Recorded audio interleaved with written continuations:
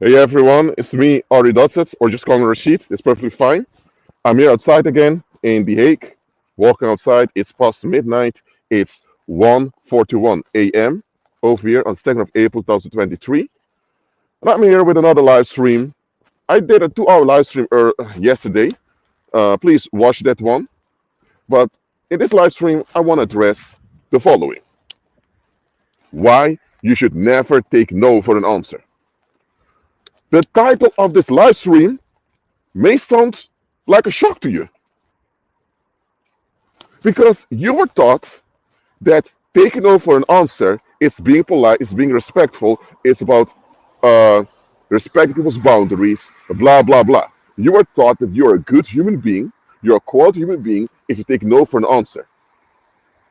And if you don't take no for an answer, you're an asshole, in some cases, even criminal, because you can be charged for trespassing or rape or whatever. You know what I mean? That's what you were raised. And to some extent, it's factual, to some extent. But let me tell you one thing: taking no for an answer puts you, who takes no as an answer, at risk. And I'm about to explain to you why. All right?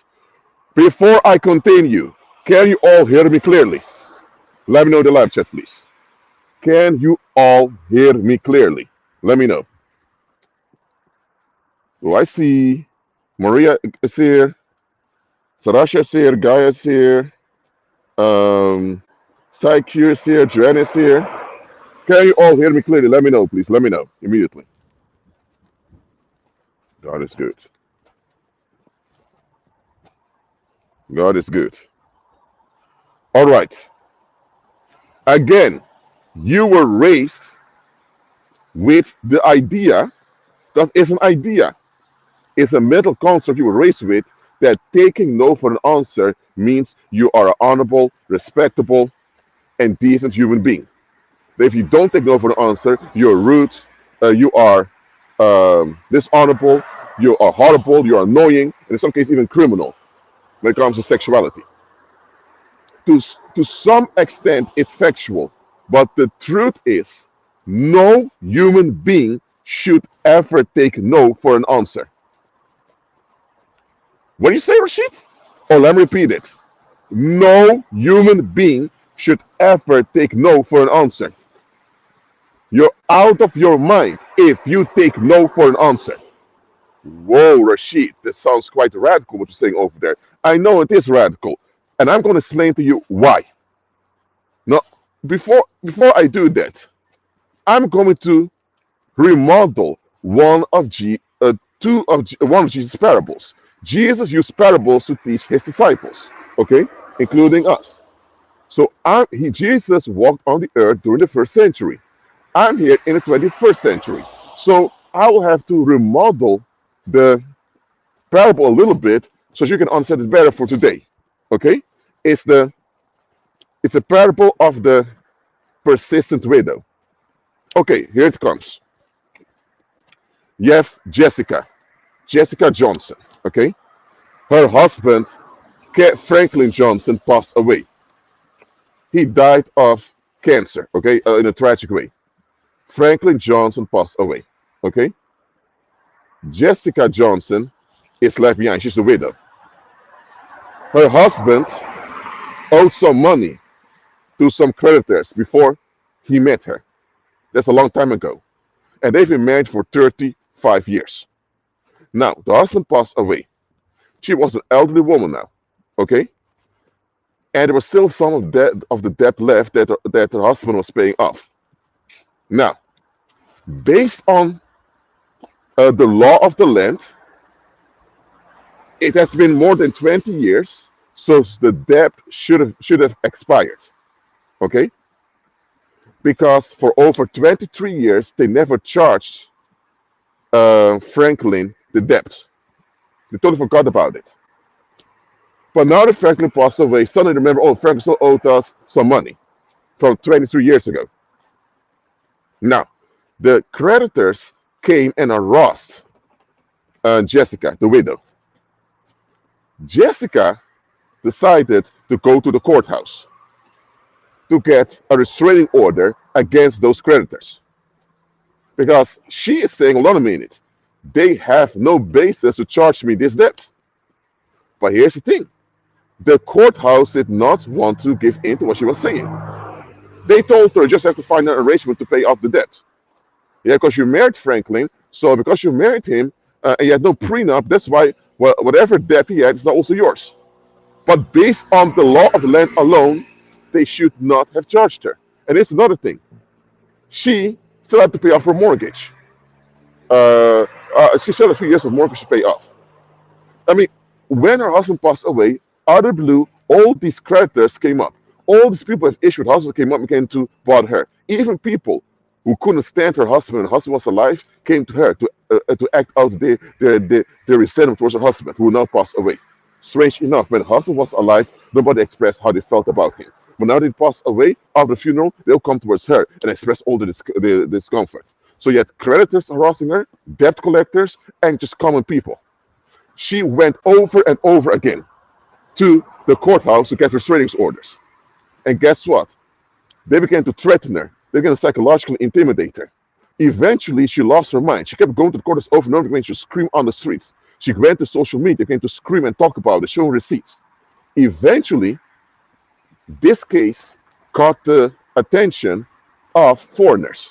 And the whole movement started on social media. They were asking, how come this woman is being oppressed in her own homeland by her own people, and the judge is not responding to her? So the judge that was presiding over whatever she was complaining eventually got so terrified that he actually acted on her behalf. He put a restraining order on all those debt collectors, creditors, and everyone that was harassing her. And they all were warned sternly by the police that if they ever harass this woman one more time, they would be in trouble. Now, guess what? This Jessica Johnson did not take no for an answer. If she would have taken no for an answer, she would have been homeless by now, and probably she would have died, because people would have acted out all their issues on her. Now, this is a modern version, an adaptation of a parable Jesus had. You hear me? Now, in this case, was Jessica Johnson a horrible human being for not taking no for an answer from the courthouse? Was she a horrible human being for not taking no for an answer in this case? Let me know in the live chat. It's a question I ask you.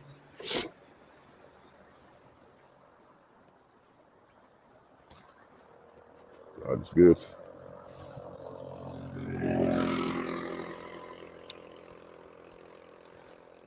Out the phone over here.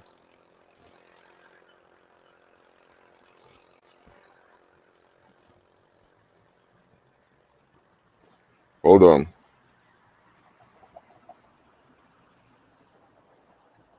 Okay. No, she was not.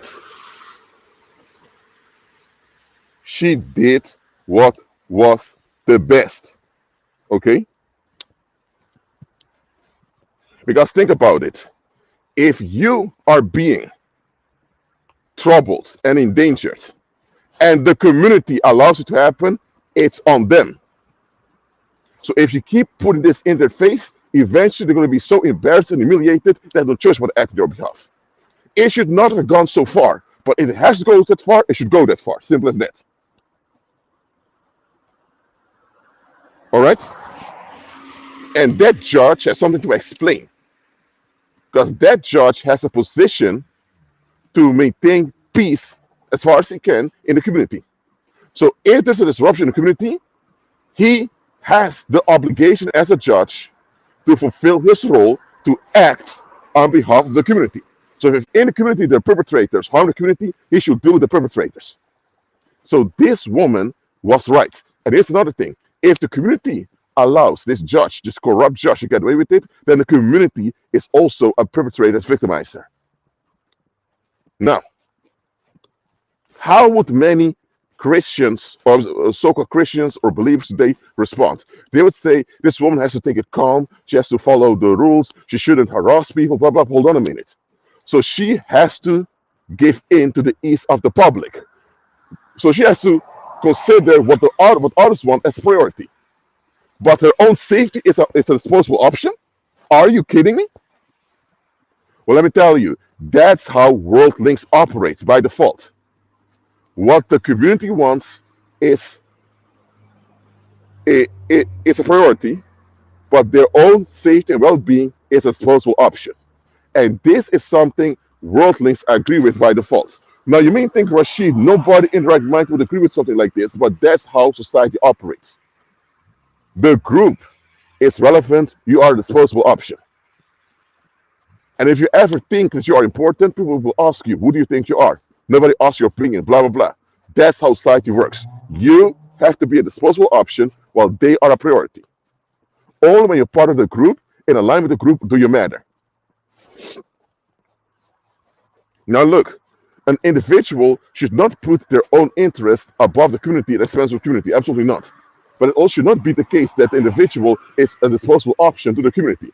That shouldn't be the case. Absolutely not. But let me tell you, that is how society shapes you to be a disposable option while they demand a full yes from you. Society demands a full yes from you. Society never takes no for an answer. Why then, when you request or demand something from society back, suddenly it's a big problem, or suddenly it's difficult, suddenly it's maybe, suddenly it's difficult? Why isn't it not difficult when they're charging you, or when they prosecuting you, or putting you in prison, or make life hard on you because they're upset? But when you do the same thing towards them, threatening with consequences, now suddenly you're threatening, you break the law, you have to go to prison. Why can't the group use violence on you, but she's going to use violence on them? Now, I don't agree with violence, okay? Absolutely not. So we don't return violence with violence. However, not what I'm saying is, if they can misuse their leverage, that's what makes it violent. They misuse the leverage over you.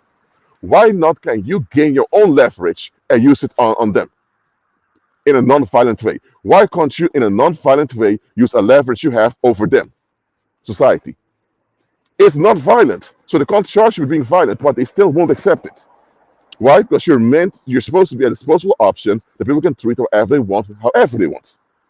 And let me tell you, all unbelievers agree with this, because all unbelievers want to escape. And because they want to escape, they don't want to be held accountable for their communities. They just want to be left alone and be at ease. So if you have the attitude you want to be left alone and to be at ease, and someone calls out you're neglectful, you're not going to be happy with them. You would want them to think of themselves as a disposable option, that you don't owe them anything, so that you can escape at ease. And that's what worldlings want. Worldlings agree with being a disposable option because now they can treat others as a disposable option. Now they can discard other people and not feel bad about it. They want to be able to escape without feeling bad about escaping. That's the thing with worldly people. So they agree against themselves just so they can offload on others to escape. That's what society is. And I'm telling you, believers, we should not agree with this. Remember the time you had a Syro-Phoenician woman. She came with her daughter. First of all, where was the father of the child? Was she a single mom? That it appears like that. But anyway, I'm not going to speculate too much on it. Was this woman with a demon-possessed little girl came to Jesus for help? Jesus walked away. She did not take no for an answer. For days, she was following Jesus, stalking Jesus and the disciples, screaming after them, embarrassing them. So eventually, Peter told them, Master, send her away because she's embarrassing us. She's making us trouble unto us. So eventually, Jesus told her, listen, I only came for the lost sheep. I only came for the lost sheep of Israel. She said.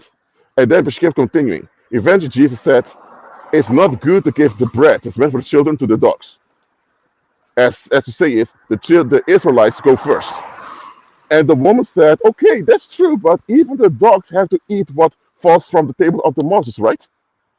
The dog is still part of the household. So even if the children get first, the dogs still have to eat. So if you compare me to a dog of a lower rank, I don't care. I'm still part of the human species. If the Israelites have priority above me, then they have priority above me. I don't care. But I priority too because I'm part of the same species you came to save. So her persistence, and Jesus honored her persistence. Jesus honored her not taking no for an answer. Because she shouldn't have taken no for an answer. She shouldn't. How can Jesus be the savior of mankind? And according to prophecy, it will go to Judah first, then the rest of mankind. But the rest of mankind still has to follow, according to prophecy. And she's part of the rest of mankind. Okay, if she as a grown woman has messed up her life, she got pregnant by the wrong man. If she messed up for herself and think, lady, you're unworthy, okay, then I'm unworthy. But his little daughter is not to blame for what I did. So you have to bear with me for this daughter. This woman had every right to insist on and demand things from the Heavenly Father. She did. Even if she didn't, it was effective to get something done. Jesus did not honor this polite, submissive attitude that a lot of churches applaud today. Now, you should be cooperative with other people. You shouldn't be a troublemaker, always causing fights and arguments. Okay, absolutely not. At the same time, you also should not be a disposable option that people can think and feel about whatever they want. You shouldn't. The moment others feel comfortable thinking and feeling about you whatever they want, you are in trouble. Because they get used to this low view of you. They get attached to this low image of you. And the moment you don't speak up to rectify it, now they feel offended. Now they feel upset, like you're attacking them. Listen, I don't teach self-defense. I don't teach standing up for yourself. I don't teach boundaries, all those toxic things from the world. I teach you to be practical and realistic.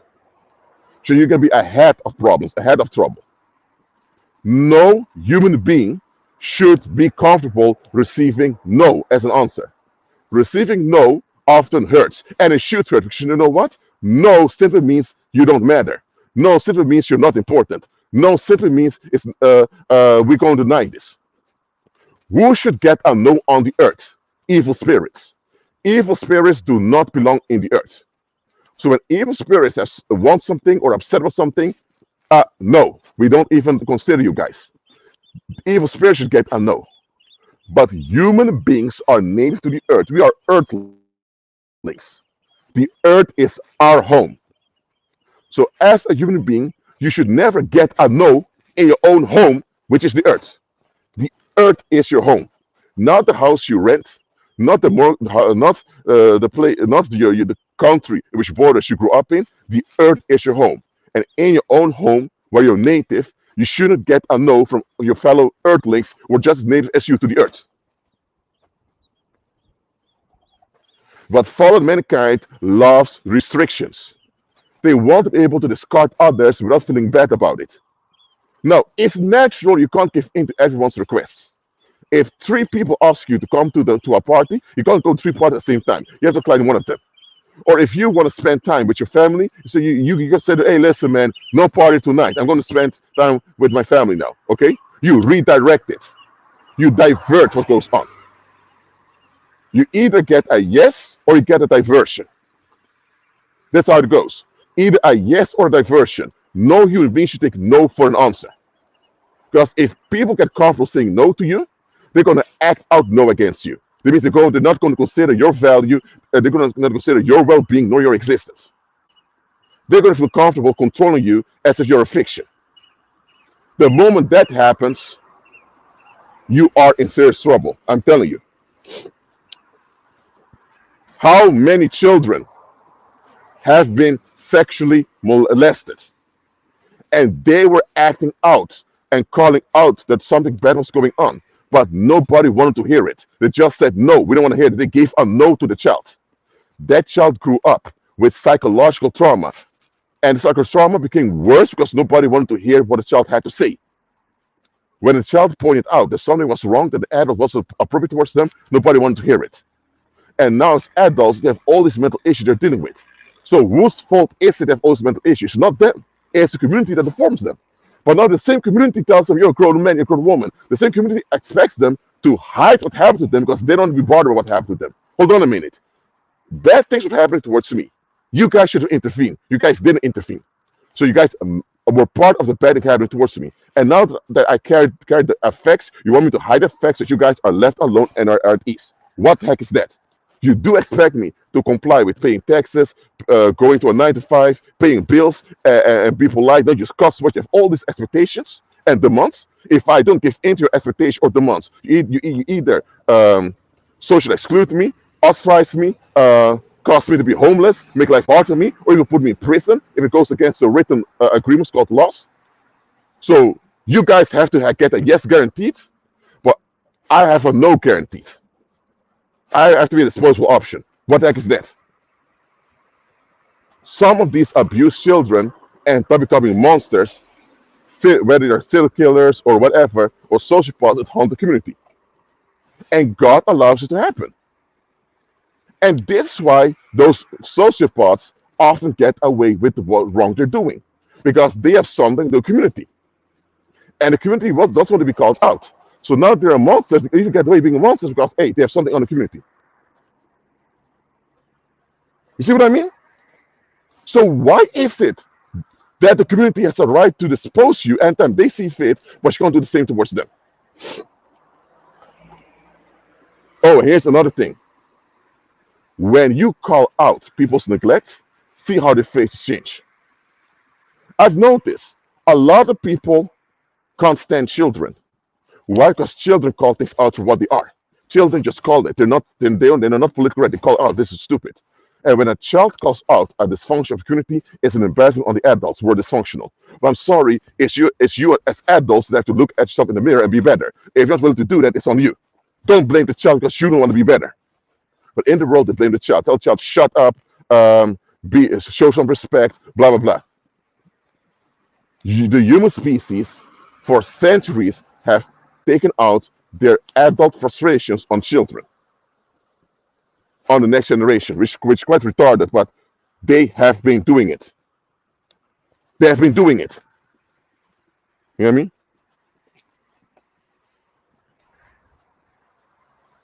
There were women that were killed because they asked for help because their husband was beating them, whatever. Nobody helped, and now they're dead. So women fought back and killed the husband in what we call self-defense, and other people blame them. Haven't you noticed this? That society never wants to be bothered by anything. When they're upset, they just want to get over it by exploding on someone. If you ever exploded just because you didn't have your way, everyone's like, who do you think you are? But why can others do it towards you? Let me tell you one thing. The reason why the Ashkenazi Jews got apologies worldwide for what happened in the Second World War is because they wouldn't keep their mouth shut. That's why. Because at first, nobody wanted to pay attention to what happens. But eventually, they had no choice but to pay attention to what happens. Think about it. When the Ashkenazi Jews began to be persecuted in the 1930s, a lot of them began to flee. But some countries closed their borders, saying we don't want all these Jewish people to come in. The Netherlands was also resentful towards receiving them, but they won't tell you that. So they were being oppressed in Nazi Germany. They tried to flee to other places. Other places began to reject them, knowing full well what they were going through. And later, when reports came out, a lot of them went missing. These people still didn't intervene. It was only when the Nazis interfered with the east of the other nations that it became a problem. And even then, it wasn't for the sake of the Jews they came to rescue them. It was because they were upset with their east being disrupted. So people were completely fine with having the Ashkenazi Jews being the victims that everyone says no to. The Ashkenazi Jews got the no over and over again. No, we don't want to hear this. No, it's your problem. You deal with it. Oh, I don't be bothered. They got the no over and over again. And because they kept getting a no from the community, the perpetrators were now empowered to do whatever they want to do with them. So you can't just blame the Nazi party for this. The societies in Europe as a whole contributed to what happened. And that's why after the Second World War, the survivors of what happened kept insisting on a recognition of what happened to them. And they got it because the evidence was in people's face. We neglected these people. What the heck is this? It was a big embarrassment. And also, because a lot of Europeans turned on one another also. It was an extra embarrassment. So they couldn't brush it off. If the European authorities were able to brush off what happened with Ashkenazi Jews, we would have never found, it would have been buried in history. The Second World War would have been just a conflict between Germany and Britain or whatever, and nobody would have heard about Ashkenazi Jews whatsoever. Simple as that. Forget the Ashkenazi Jews for a moment. How many more populations are being dumped upon, violated, over and over again, but we don't hear anything about it? Why? Because we don't consider them important enough for our ease.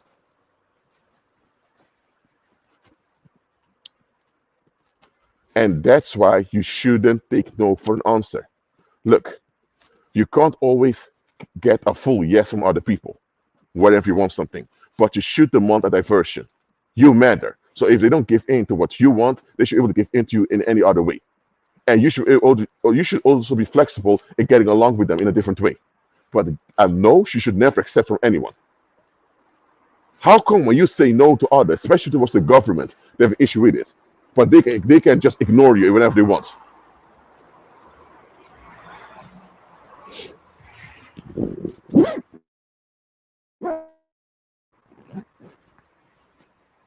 When people are comfortable saying no to you, that means they're also comfortable neglecting you and denying you. And if they're comfortable neglecting and denying you, that means they're also willing to enable harm on you. And they always come with an excuse for doing so. People should feel uncomfortable saying no to you. Now, not uncomfortable in the sense that they're afraid that something that you will hit them or whatever, but they should be uncomfortable saying no towards you. They should be pushed to negotiate with you and to divert together with you. Simple as that. Simple as that. Yeah, but she that's uncomfortable. Well, I'm sorry, but you shouldn't take the discomfort of being in danger. When the community abandons you, you are in danger. If you have a little baby and the baby's abandoned, the baby dies. Simple as that. As an adult, if people abandon you, you likely end up homeless. You likely die in the streets because everyone ignores you. So when the community abandons you, that's a big danger. And communities tend to use this as a leverage to blackmail you. We can abandon you, put you on a blacklist. We can give you a no remember if we are upset with you. Fallen mankind has an obsession with sabotaging and controlling. They love to use abandonment as a threat for your compliance. And I don't fall for it. I'm not taking it. I'm not taking it whatsoever. Neither should you. It's not about always getting what you want. It's about getting what you need, basically, which is a recognition for your basic human existence. That everyone is obliged to consider you. Not consider you at the expense of the whole community, but they have to consider you whether they want it or not. And let me tell you which group of people on the earth understand this fully. And this is one of the groups who understand this fully. And that's the Islamic community. Muslims have division amongst them. You have Sunni Muslims, Shia Muslims. You have conflicts amongst Muslims because Muslims, you have them in various countries. You have cultural differences between them also. But listen, one thing Muslims understand as a whole. Not every individual Muslim understands this, but as a whole, Muslims as a group understand the following. We have to emphasize our existence and our relevance. And we have to force people to get along with our relevance. That's why Muslims, when they are migrants going somewhere, they come in as migrants or as refugees, but eventually they open their own businesses. They open their own shops. They open their own supermarkets. They open their own mosque. Before you know it, you have a whole street with halal food, a whole street with Islamic businesses. Before you know it, you have Islamic banking somewhere. You see what I mean? They realize that the moment you insist on your relevance, people have to fight off your relevance. That's going to exhaust them. It's going to make them look stupid. But if you arrive somewhere and you don't insist on your relevance and you remain in a dependent condition on other people, they have free space to say no to you anytime they want. Listen, you can't just say no to what Muslims want in the Netherlands. You can't. You have nothing to want, nor to will, nor to feel, nor to ask for. You can't just say no towards them because it's going to have consequences financially and economically. Okay, let me tell you what happened one time. One time I was in a train. This happened like 2 weeks ago. I was on a train in the Netherlands. I was sitting second class. Normally I sit in the first class because of my subscription, but this time I was sitting in the second class. It was in a side because in the Netherlands the trains are divided in first class, second class. Even first class, second class, you have a silent spot. Those are the parts of the train where you can sit, but you're not allowed to talk. And then you have a place where you can just speak on the phone, not too loud, of course. I was in a silent part of the train, second class. Everyone there were on their phone with earphones in, being quiet. There were three men, and I figured out they're from an Islamic background based on how they were talking. They used Islamic phrases here and there, and those men were just talking, chatting, laughing out loud. One of them even put music on his phone, blasted music in there. And guess what? It was a ride of about 1.5 hours. I was in the ride took because I went all the way from the south of the Netherlands towards, I believe it was from Maastricht. I went all the way to The Hague. No, I ended in at Eindhoven, and from there I had to go to The Hague. So it was a long ride. But understand this: nobody in that part of the train told them, "Hey, don't you guys see it's a silent room over here? Shut up, please. Okay, guys, be quiet." Nobody said anything. I saw angry faces. People were frowning, being upset. Some even left the silent place, but nobody opened their mouth against them. And those men, they were not armed. They weren't even big men with big muscles. So you could easily evict them if you wanted physically, but nobody said anything. And I was impressed by this. I was impressed. Because you know why? If you walk through town in any big city in the Netherlands, not all of them, but in many of the big cities in the Netherlands, you walk around, you look around, who owns most of the businesses? Who owns most of the shops you can see? People with Islamic backgrounds. Of course, you have Dutch people, French people, European people in general who owns businesses. But overall, if you want to go to a restaurant, for example, most of them are halal or something related to Islam. And then you realize, whoa, you also look out on the streets. Who are the women you often see with babies, walking around with babies? It's often women that wear a headscarf, Islamic women. Now, there are also other cultures that wear the headscarf, but what I'm saying is you often see Islamic women with a lot of babies around, with a lot of children. A lot of native Dutch women, you barely see them with children around. They don't have that many children. So it comes down to the following. The Muslims, over time, obtained and gained an economic and financial leverage over the Netherlands. So whether you're a Muslim from Morocco or a Muslim from Turkey or you're a Muslim from Iran, if you're a Muslim in the Netherlands, there's this financial economic leverage that you can participate in. You can be a bum of a Muslim even. That barely exists amongst Muslims because as a Muslim, you're forced and trained by the Imam and the mosque to be economically active. But let's say you do have a bum of a Muslim, or just a bum, doesn't want to do anything in life. That bum with a bad attitude, even he will benefit from the economic financial leverage that Muslims have in the country. Because think about it. If people attack a Muslim or act against a Muslim, other Muslims hear about this and they're going to feel attacked to say, hey, I'm Muslim. I don't care the guy was doing shit. You're going to treat them better as a human being. So you're going to get emotional consequences throughout the country. And can even lead to financial conflicts. So because people can feel financial conflicts coming up, they think, okay, let me calm down. You hear me? If it was a Somalian, now there are Somalis who are Muslims also. Let's say it was a Somalian, not affiliated with Islam or anything like that. Let's say just a common Somalian that was there. He was talking on the phone. People would automatically tell him, hey, sir, what are you doing? Why? Because Somalia is perceived as a failed nation that can't run itself.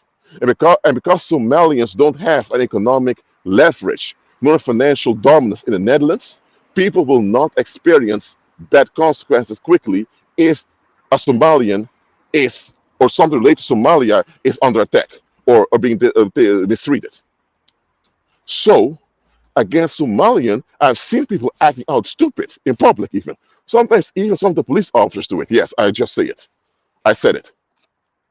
But against a Muslim, if you look like a Muslim, or what you consider to be a Muslim, and you act out to be a Muslim, people watch out how they treat you around here. So, and listen, I'm an anthropologist. Let me explain one thing to you. As a human being, you're treated based on your group association. You're not treated based on your individual reputation. Okay, let me give another example. Let's say you have a lady, okay, and she is promiscuous. She is all over the place sexually. She's having sex here and there with all types of men, all over the place, every weekend. But this woman belongs to a group that owns a lot of restaurants throughout the country. You get me? For example, in some places in Europe, Vietnamese people own a lot of restaurants. You get me? Also in the United States. Let's say you have a Vietnamese woman who's a bit loose all over the place sexually. She's about to say a thought. But then she has a friend, and this friend is also, I can say a thought, but the friend is from, let me say, she's from an ethnicity that's not perceived as that important. Let me say it like that. The friend is from Cameroon. Now, let's say both are causing trouble. Who do you think they'll treat better? The loose woman from Congo or the loose woman from Vietnam? Whom will they treat better? Let me know in the live chat. Because remember, as a human being, you are treated based on your group association, not based on individual reputation. So based on group association, who will they treat better? Who will they have more sympathy with? The loose woman from Vietnam or loose woman from Congo? Let me know in the live chat. Let me know.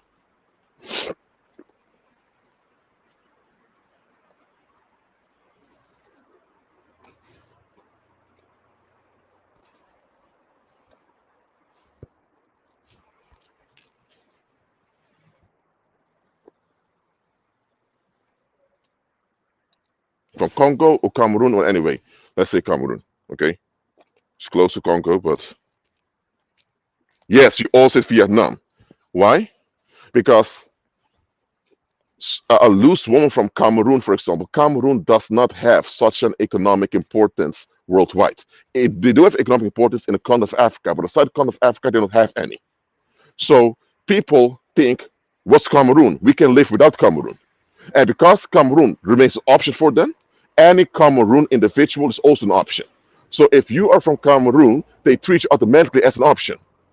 Vietnam is more integrated in Western society. Also because Vietnam used to be a French colony, a colony that also contributed to French culture also. And because Vietnamese people has through their micro communities spread everywhere and they became economically active, even though they're not that financially dominant or that economically relevant, they still have economic relevancy. And the Vietnamese are also connected to the Chinese. Because you have a lot of Chinese men taking Vietnamese wives also. And you also have a Vietnamese culture has also been influenced by China a lot. So the Vietnamese have a connection with China. And China has a big economic relevancy worldwide, a big one. So as a Vietnamese individual, you're part of the Vietnamese community, and the Vietnamese community is also economically seen as an extension of China. And because of that association with China, people will treat you a different way. Simple as that. Simple as that. Let's talk about Africa. If you're from Ghana or Nigeria, you get a different treatment than if you're from Zimbabwe or if you're from Somalia or Kenya. If you're from Rwanda, you may get a worse treatment than if you're from let's say Gambia. You see what I mean? The association, the group association goes above individual reputation. Okay? If your group does not take their relevancy as a group important, you as an individual belong to that group are going to suffer in life. Simple as that. That's why every community should insist on their members being economically relevant in the community. Every group should demand their members, whether males or females, to be economically relevant in the now. Not just having a job from 9 to 5, earn money, pay taxes, and that's it, but also be relevant. Force yourself to be relevant out there.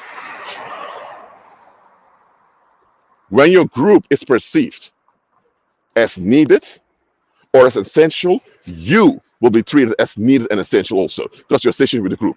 If your group is perceived as disposable or unnecessary or even as a burden, then people will treat you like that. That's what happened with the Ashkenazi Jews. The Nazi propaganda was dehumanizing the Ashkenazi Jews. So eventually the public began to perceive Ashkenazi Jews as irrelevant or even as burdensome. And what's the result? People began to devalue their lives. And they acted out this devaluation of their lives, and you see what happens. So your group reputation matters.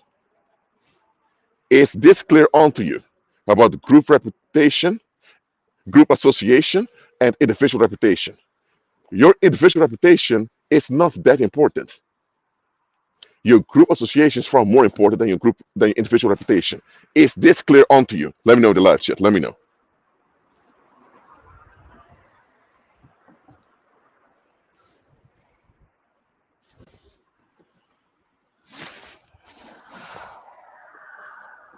All right. And that's why we are taught in the New Testament, don't act like fools, but act as wise people, because the days are evil. We are commanded in the New Testament to act wise and not to be foolish. The believers in the first century, they took Jesus' words and the writings of Paul seriously. Believers in the first century, they started their own economies. They increased their finances. They spread around. They eventually began to trade mainly with only other believers. They established local economies here and there. They formed their own international network of believers trading with one another. So believers eventually became financially independent from the world. So the Roman Empire and the other states on the earth could not have a grip on the believers because they were financially independent from the world. The believers back then took it seriously. Why are we today not taking this seriously?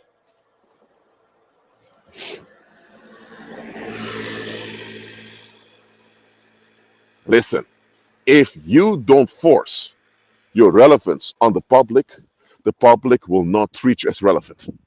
And if they don't treat you as relevant, you likely are declined, you get no's, you get turned around, you usually beat around the bush, they won't take you seriously.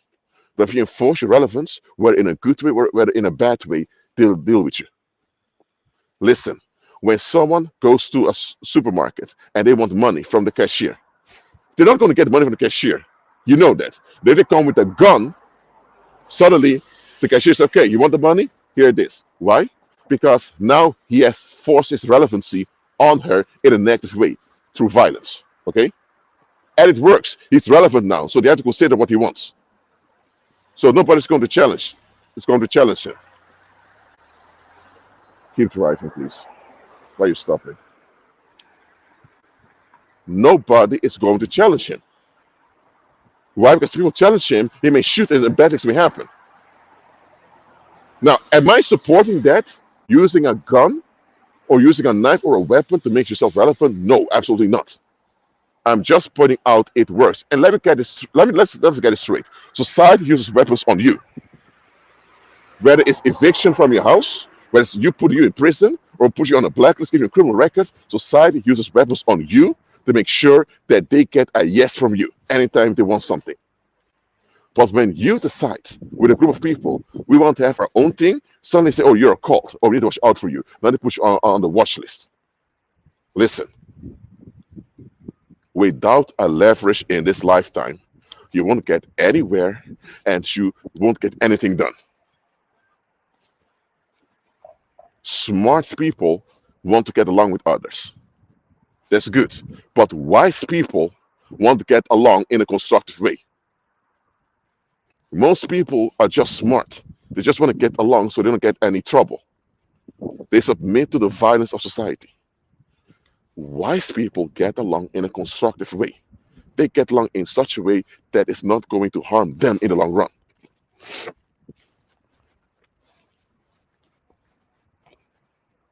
So understand the following. When you are perceived as disposable or as an option, you'll be treated as such. Only when you force others and others have no choice but to accede that you're relevant, then to admit your relevance, then they will act differently. We were taught to let others decide how they feel and think about us. That's nowhere found in the Bible.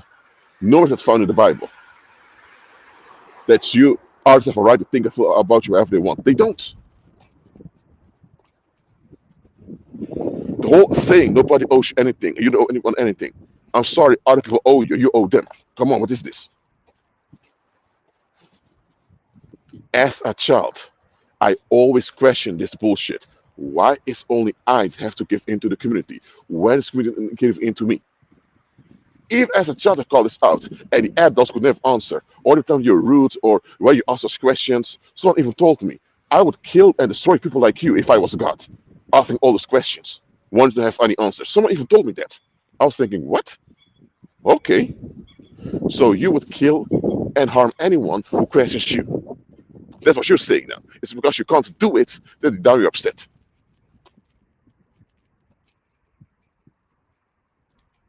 Well, I told you, you have to enforce your relevance, and you do this on a spiritual level. And this is what I want you to understand. Pagans don't tolerate it being treated as an option. They don't. A pagan will have a little altar in their house with their candles, with their incense. They will do their water rituals or whatever ritual they're doing, drawing pentagrams on the ground, whatever shit they're doing out in there, they do it, and then they go outside looking for a job. Then they go outside making friends. Then they go on a date. They force their relevance on other people paranormally. And that's why where they go somewhere, they take practical steps and they get things done. You hear me? Because the pagan does not take no for an answer. Because the pagan understands if people can decline your relevance, that means they also can decline your life. Simple as that. But when believers do this, when believers begin to declare, and use their God-given power over other people, now church will tell you, oh, that's witchcraft. They shouldn't do that. People have free will, the right to choose however they want, whatever. Huh? Since when did society validate your will and your needs? No, they didn't. Okay, question to all of you. You see around me, you have electric light over here. All the lights around me are electric, okay? If all electricity would be shut down right now, it's going to be quite dark around me, okay? I have a question for you. What is easier to make? Alcoholic beverages or electricity? What is easier to make? A question for you. What is easier to make? Electricity that can illuminate the whole place, that can use for airplanes, phones, for communication, all that, or alcoholic beverages? What's easier to make? Let me know in the live chat.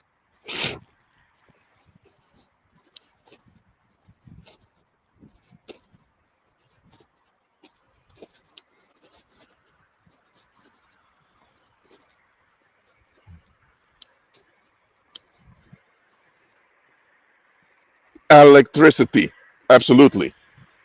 Why? Because alcohol, listen, if you want to make wine, you have to plant the vine. The grapes have to grow. That will take like maybe 8 or 9 months. Then you harvest them. Then you have to stamp on them, turn them into grape juice. You have to let the grape juice ferment into wine. That will take a few weeks. Then you have to store the wine. and then the wine has to be transported to a bar or whatever, and then or a restaurant can serve the wine. So, and by the way, once you drink the wine, it's over. Or you can let the wine turn into vinegar. You can do that too. Or alcohol, or you turn the wine to a heavy spirit with intense alcohol. And you can even use the alcohol to burn wounds or to clean bodily wounds also. They also do that sometimes at hospitals. The thing is, alcohol has limited use. You can drink alcohol, get drunk, or drink alcohol, just have a good time, or you use alcohol just to, I don't know, just to burn away infection, to take away infection from wounds, or you use alcohol sometimes to clean stuff. You hear me? Alcohol has limited use, and alcohol can be even dangerous if you use it too much. Electricity also has danger with it. A high voltage can kill you, but still, electricity, look what you can do. You can illuminate many places. Can you do this with alcohol? No, you can't do it with alcohol. Okay? For example, this mobile phone I have right now use electric technology. And because of that, I can communicate with you all over the earth now using it. Can you do this with alcohol? No, you can't. So, electricity, you just use certain metals, certain magnets in a certain way, and you already have the electric charge. Or you can put on a big pole and get electric charge from the sky, which is through lightning. It's easy to generate electricity. You can generate electricity ever, anytime. You can't make alcohol all the time, but you can generate electricity all the time, anywhere you want. So, electricity is far more useful and beneficial than alcohol. Electricity is easy to make. So that means that electricity should be cheaper and easy accessible to everyone. Actually, electricity should be for free because you can generate it anywhere using certain metals and certain um, and magnets. You get me? But guess what? It's easier to purchase. Let's say alcohol is cheaper than electricity in this world. You have to pay an electric bill. And electric bills can be quite expensive, especially now with this inflation going on. And still, getting a few cups of beer or a bottle of wine is cheaper than electricity. Hold on a minute. So alcohol with a limited usage, alcohol can is even toxic to use much. That one is cheaper, but electricity that's easier to make. That that anyone can make. You don't have to be a farmer to generate electricity. Oh my God, it's expensive. Why is that? Why do you pay for electricity if the earth has electric charge? The earth itself is electrically charged. Our human bodies are electric charged. Electricity is part of our being. And electricity is quite handy in daily life. Think about your refrigerator. Think about hospitals. We have people receiving medical care using electric devices. So electricity is a basic need for the human species. How come then we have to pay for electricity? That's one of our main basic needs. How come a few corporations are regulating our electricity and they're charging us? Well, electricity is something native to the earth that we all need. Oh, but alcohol that takes weeks to generate. Alcohol that causes a lot of accidents worldwide through alcoholism. Alcohol that could cause families to fall apart. All of that. Wow. Alcohol, you can get it easily anytime you want. What the heck is that? Oh, in some countries you have to pay. Yeah, in some countries they charge you for water. You have to pay a water bill. Not only you have to pay an electricity bill, you also pay a water bill. In the Netherlands, you have this thing called waterschapsbelasting, which is a taxation on the water from the water facilities. So they put tax on water in the Netherlands. Hold on a minute. 70% of Earth's atmosphere, it's of the Earth's surface, is on underwater. The atmosphere is filled with water. We call it clouds, and there's also a lot of water in the ground also. How come water is the number one element on the earth, but we have to pay for it to other human beings who are who are just dependent on water as we are?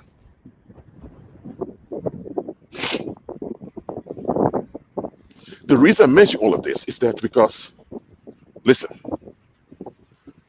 worldlings accept a lot of things they shouldn't accept. they put up with a lot of things you should say no to. We should say no to no. We don't pay for water because water is the number one element on the earth. How the F are we paying for water? If you want us to contribute to the water regulation, okay, we will contribute. We will pay maybe $20 a year or whatever. But hell no, we're going to pay expensive water bills. Get away with it. And hell no, you're going to cut off my water supply if I don't pay you. Who are you? You know me? Electricity? Listen, if you want us to pay a little contribution for the plumbers who work to put electricity, fine. But we're not going to pay electricity bills. And you're not going to cut off our electricity and harm our livelihood if you can't pay the bill. Those are things we should say no to collectively. Don't you know cars used to be electric in the late 19th century? And the batteries those cars used were more durable than the batteries we use today. So you had more durable batteries in cars in late 19th century, and they were electric. Why they went over to gasoline? Because with gasoline, you can control people more. So gasoline is expensive. The cheap batteries that were durable in late 19th century would have been far more beneficial for everyone. But no, they decided all cars must go on gas. That's how the gas companies, that's how the petrol companies earned a lot of money. Those petrol companies should be bankrupt. And now people think, oh, electric cars are a new thing. Electric cars are something that is recycled. You already had them in the late 19th century. They were far more effective and far more clean than the electric cars you have today. Why didn't people say no towards cars on gasoline? That's what the public should say no. Bring us back to electric cars. No. Where was there no? Where were there boundaries back then? No. But when I want to say no to you, have boundaries and limits on you. Are you kidding me? No, I don't take that shit. I don't take that shit. Look, I'm a human being. You're a human being. We're earthlings, Adamites, descendants of Adam. The earth is our home. We have to live together on the earth. So I have obligations towards you. You have towards me. Okay? So we have to get along and work it out on the earth. Simple as that. I have no right to decline your existence if you don't matter. Neither you have the same to do towards me. So why can you decline my existence, but I have to keep considering yours? See what I mean? It doesn't add up. Listen, don't go and argue with people who don't want to comply with justice, because they are delusional and dangerous. Shake those off your feet and move on. Not because they have a right to decline you, but because they're dangerous and out of their mind. So you shake those off your feet and move on. You shouldn't put up with their danger, simple as that. Look, this is how I operate.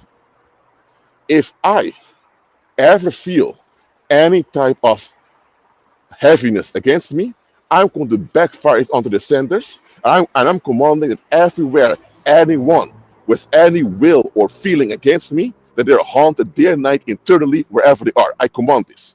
You could be in your bedroom having sex and suddenly you collapse. You could be in your own house, in your living room, suddenly you're haunted by nightmares. Whatever happens, you are haunted from the moment I make that decree.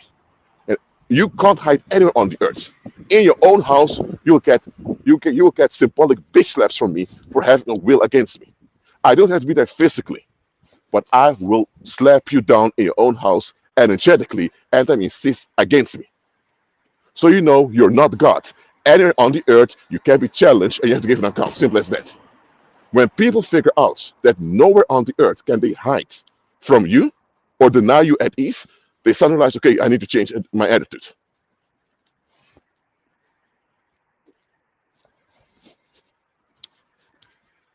Imagine you're on holiday. Imagine you're on holiday and you're walking. Suddenly you have this guy approach you with a gun saying, hey, this private property, get out, and put a gun at you. Let's say now that you are a saint walking full power. The moment he sees you, he gets terrified, thinking, you know, he's going to feel intimidated. Say, sir, are you okay? Are you lost? You need help because it's private property. You need help? I will help you. If people experience backlash the moment they see you in a negative way, they act differently or just walk away. But if people don't experience a backlash when they see you in a negative way. They now become comfortable act out the negative way.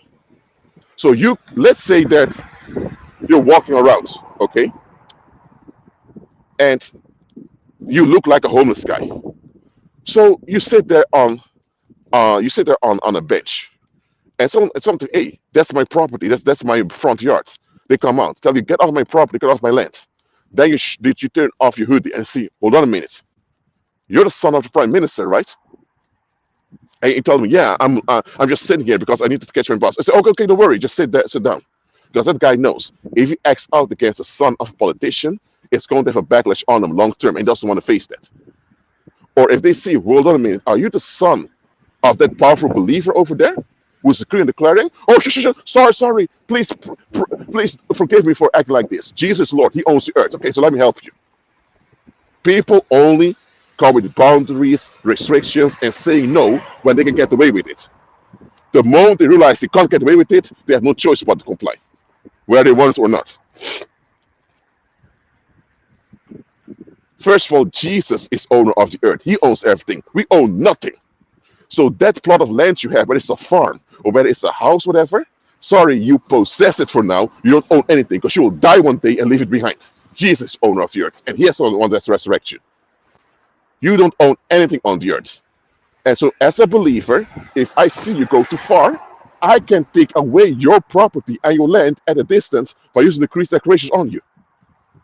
If you have a corporation and you're racist, think I could do whatever I want, fire people and all that, I can put the repercussion on you and your own business crashes. Or if you're in trouble. I can do that. Because Jesus is Lord, not you. I can even tell you, apologize to the guy you fired and pay for his bills now.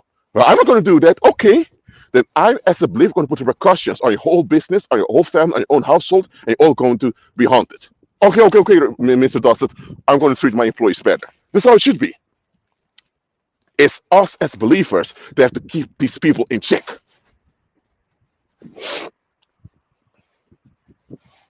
And let me tell you, those Satanists, they know the truth. They know you can act stupid against anyone in the world. Act stupid against a saint, and you and the community that enables you are both finished.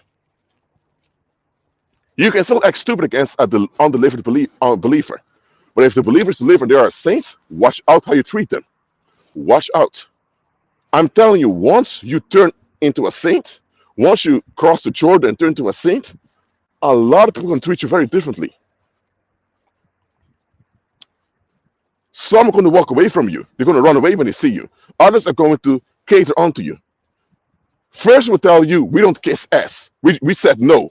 No means no. Take it or leave it. Suddenly, you say, oh, how can we help you, Mr. Dossett? Forget what we said last time. We're going to overrule it. What do you need? Because they know. Anytime they give a no to you, you can backfire the no onto them, and it's going to haunt them day and night as long as they live. And nothing can stop this psychic haunting. You hear me?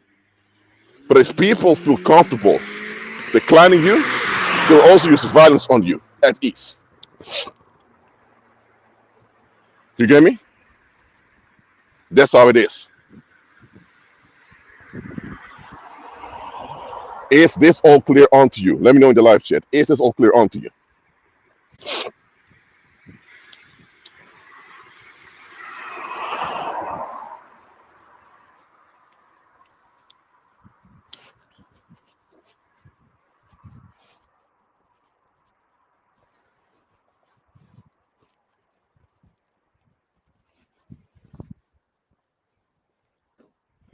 Any bad thing, any tragedy can happen to you when people are comfortable saying no towards you.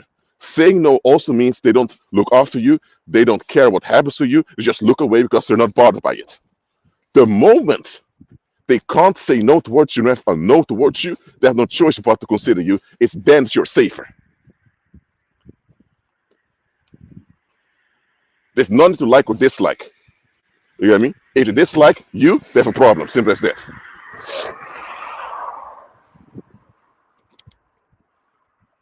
Never agree to be a disposable option. And haven't you noticed that society never tolerates you to treat them that way? If you treat your employee as a disposable option, you get fired.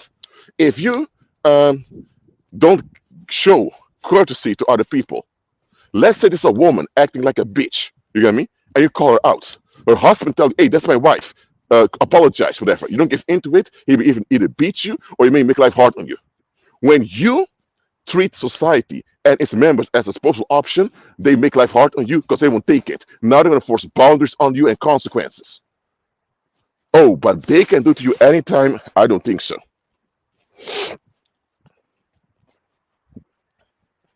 By the way, in the prophecies in the book of Daniel, it says that the saints will take the kingdom. You hear me? So we as saints have to stop expecting the world to comply with us because the world will not comply with us because they're into escapism. We have to make the world comply with us. Simple as that. Amen?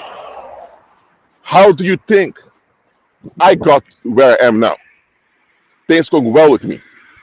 I have a nice altar with three computer screens and one laptop over there. How do you think I ended up in such a good condition? It's not because fallen mankind was so good towards me, because they were not so good towards me. Because I made them comply in my favor at their own expense if necessary.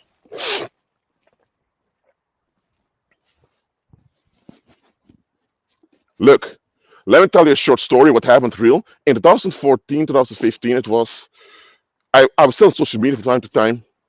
I was talking to people from Ukraine and Russia, just socially connecting. And there was this Ukrainian teenager who was into doing cosplay and all of that. And she asked me, could you purchase a wig for me? Because for me, it's a bit expensive in Ukraine. I thought, okay, I can do it. But I forgot about it because back then I forgot a lot of stuff because I was going through a lot of shit. She kept asking, can you please buy the wig, please buy the wig? After I thought, you know what? I admire her persistence. Let me buy 2 wigs for her. And I did. I didn't ask anything in return. She didn't have to pay back nothing. I just bought them for her.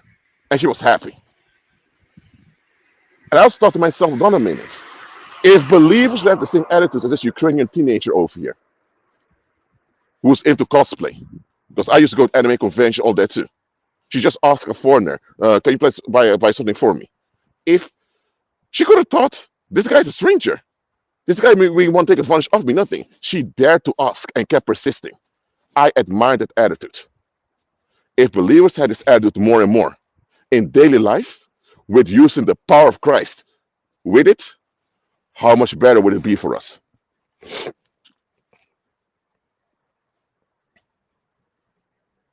How much better would we be? If a Ukrainian teenager who just wanted a wig was willing to ask a foreigner and insist on it, and she got 2 of them, how much work can we as believers get if we insist in the resurrection power in here and now?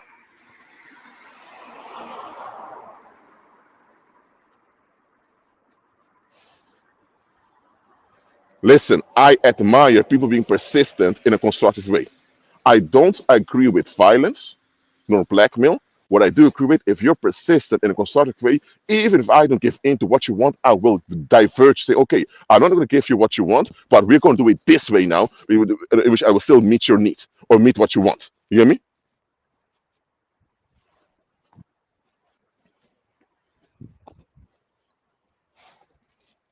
And haven't you noticed that it's often the children who give in to the nose of adults are the most likely to be abused and neglected?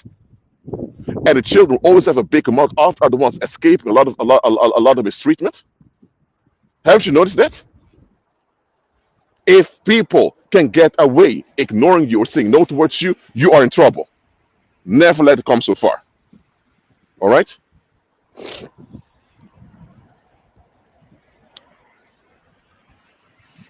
All right? Are there any questions about this topic?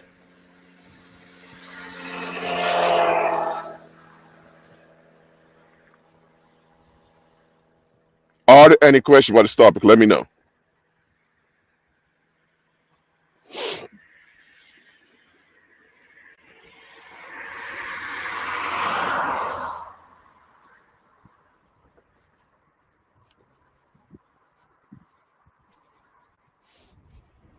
If you persist with me, instead of being annoyed and pissed off, you kept insisting. I was okay. You insist. Okay, if you insist, then you have to take my diversion. You can't get a yes from me now because things will not work that way, but you can get a diversion. You're going to get another thing from me. Okay, that's how God works. God never just gives a no; He gives a diversion. You get me? So we should give diversions too, and others should also give us diversions. Only demons should get a no. Only demons should get a no. Only demons.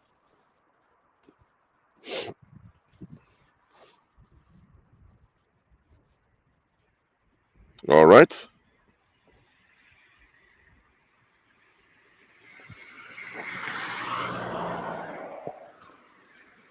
All right. God is good. Well, I'm about to close down this live stream because I don't want to make some phone calls to other believers first. I'm walking home now. I already slept earlier. I slept early yesterday, so I'm fully awake now. Thank you all for watching this live stream, and please put it into practice. Remember, never take no for an answer, and ahead of time, insist on your relevance on the public. I agree with Christ, and I'll see you next live stream. Shalom.